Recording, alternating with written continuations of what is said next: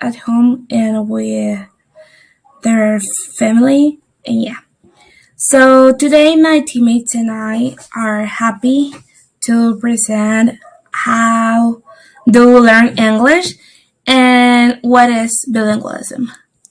So bilingualism is a phenomenon of speaking and understanding two or more languages.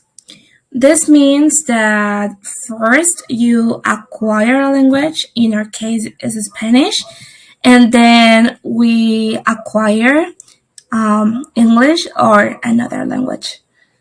So the term can refer to individuals as well as to an entire society. Maybe a country use two languages as official.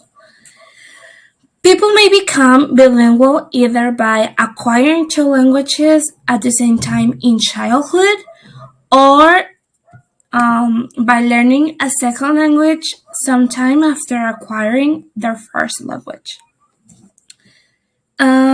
Many bilingual people grow up speaking two languages, and often in America, such people are the children of immigrants. So their first acquires um,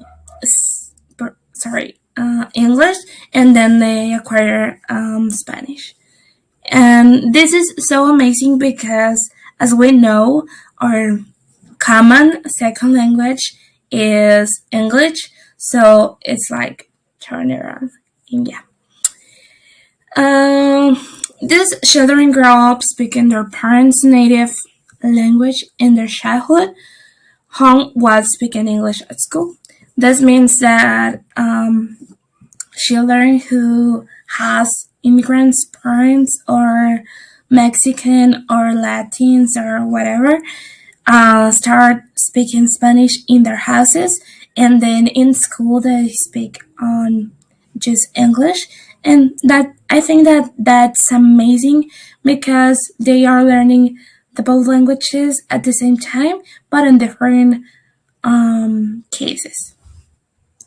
So children can also become bilingual if their parents speak more than one language to them. For example, in my case, my mom used to talk to us with English because she was an English teacher in a high school. So I remember that she came home like, "Hi guys, so today," or something like that, and it's amazing how we can learn. And yeah. Hello, my name is Vivian, and my second language is English. I started learning English at the age of 4 because my dad was really interested, my siblings and I, to understand and speak English as well. Because he has always worked with foreign people, so he speaks English too. So he was interested that when we grow up, we have like the same opportunities for job because knowing another language and a foreign language, it they say that you have like more opportunities, not only for job, to communicate and other things.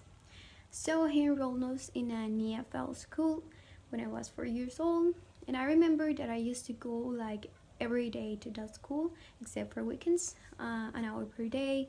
I was with other kids of my age or sometimes older than me or younger than me, but it was really cool because we were only kids. And how we were just kids in the classroom, it was easier for us because you don't feel ashamed, you don't feel like shy, you don't feel embarrassed. It's really comfortable. You feel more comfortable with that. And I remember that I was 4 years old.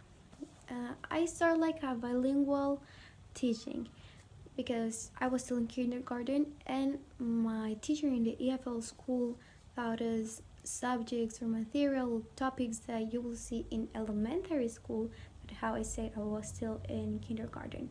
So because of that, I learned to write and read in English before Spanish. And I think that that age is a really good age to start learning English.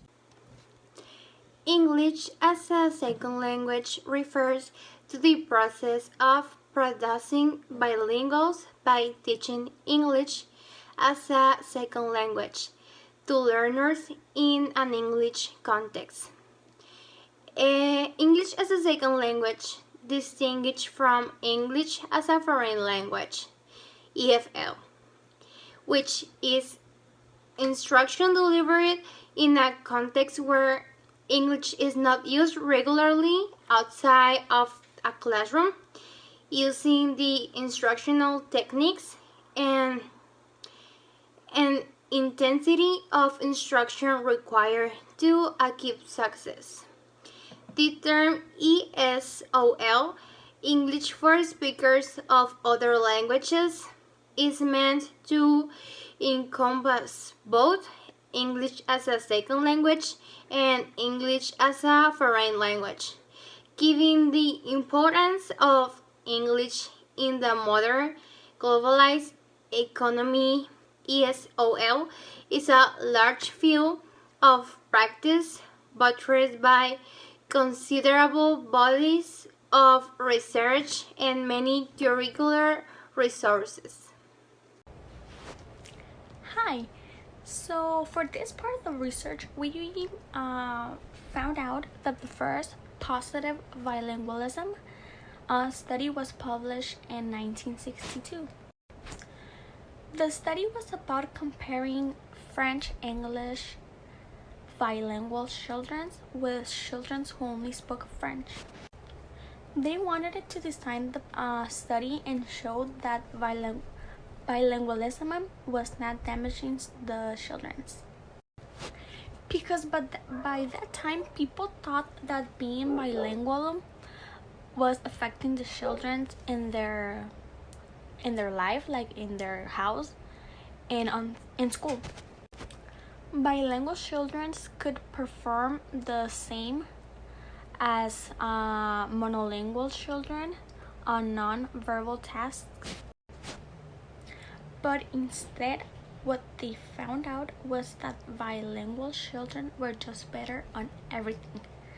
So it was the first time that there were positive effects on bilingualism.